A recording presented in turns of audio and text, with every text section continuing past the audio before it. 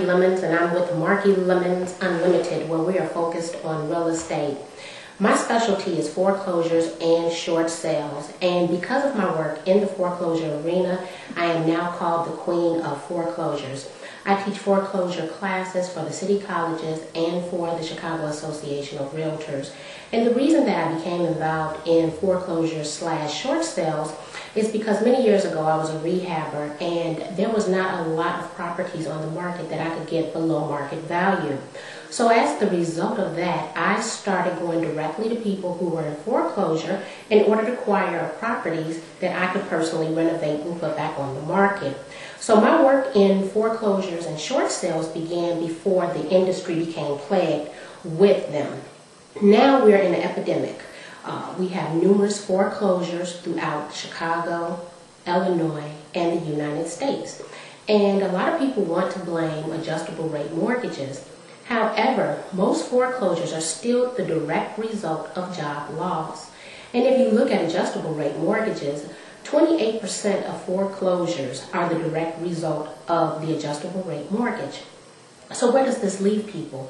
Well, it leaves a lot of people in a predicament where they don't know exactly what to do. There are some people who easily can sell their homes, they still have equity in it. Some people don't have any equity in their properties due to depreciating values or because they took a high LTV loan, which means that at the time of purchase they put little to no money down. And so what we were looking at when you looked at infomercials is somebody obtaining 100% financing.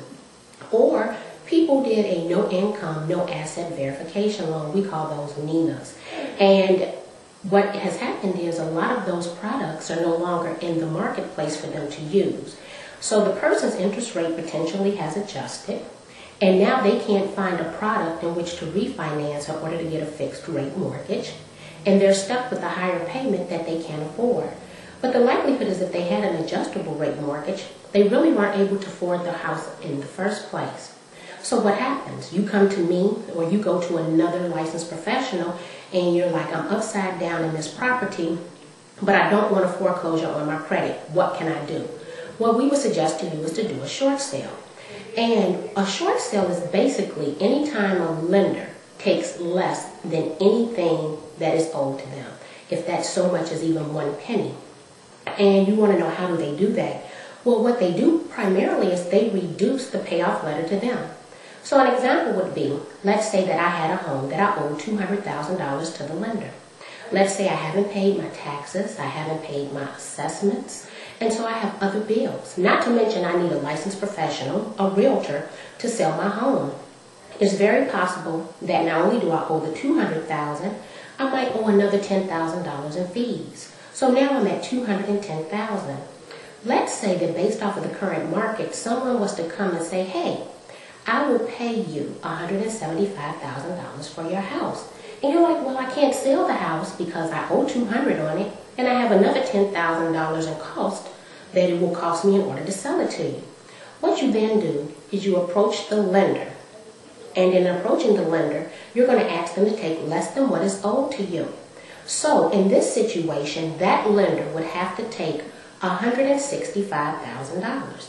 And you ask why? Well, the reason being is that we have an offer for $175,000. We know that we have a $200,000 mortgage, but we have $10,000 worth of cost. No matter what you sell the property for, you still have the cost to sell, and those debts must be paid. So if the lender reduced their payoff to $165,000, it would allow $10,000 between the $165,000 and the $175,000 for you to be able to sell and pretty much zero out. That's what a short sale is. So I make it seem simple, but it's not. There's a lot of work that goes into short sales. Pretty much, maybe a few years ago, short sales were unheard of and they were very hard to get approved from the lender. What happens is, generally, not all the time, a person has to be in default, which means that they've missed 3 mortgage payments. At that point, your mortgage goes to the loss mitigator. The loss mitigator is the person who going to call you to see if they can work out some kind of plan or some kind of option. We have to put together a detailed package to send to them to prove hardship in order for them to do a short sale. Now, sometimes I say the word generally because you have people now that are doing short sale that aren't in default. They might just be upside down, and the lender doesn't want them to end up in default, because if they end up in default, now they have a non-performing asset and it doesn't look good on their books. So as we go back, you have to put this package together. The package is quite detailed. Each lender has their own package, but there are some pieces of paperwork that go in all packages no matter who the lender is. And what I tell the homeowner is, it's pretty much like buying your house all over again.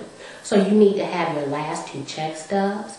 You need to have your last 2 months' bank statements. You need to have your W-2s, 1040s, or 1090 forms.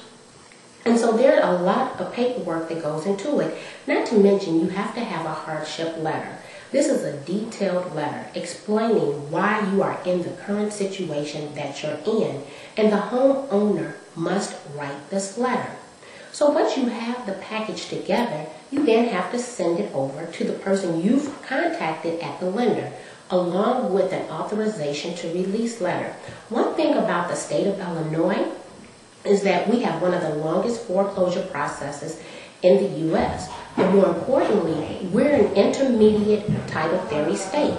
That means that the lender places a lien against the property, but the property or the deed is still in the homeowner's name. So a lot of times people will contact me and they're like, Marki, forget the homeowner. We're going to go directly to the lender.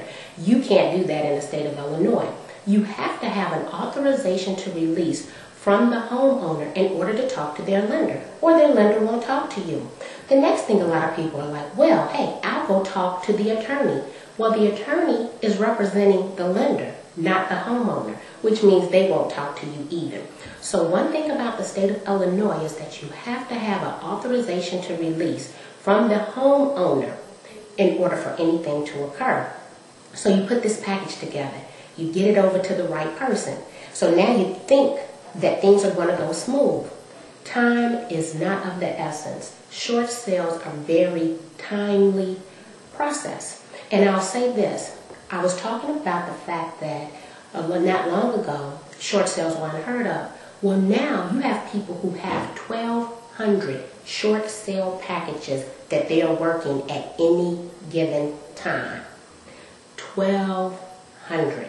The average loss mitigator is working 400 files, but in some companies, because they're overburdened, they have up to 1,200 files. So imagine where you come in that process. You go to the end of the line. So it's very important to have every piece of paperwork in that file, because if you don't, you go back to the bottom after you've taken so much time. We have letters that we give to the homeowner, we have letters that we give to realtors, and we have letters that we give to buyers.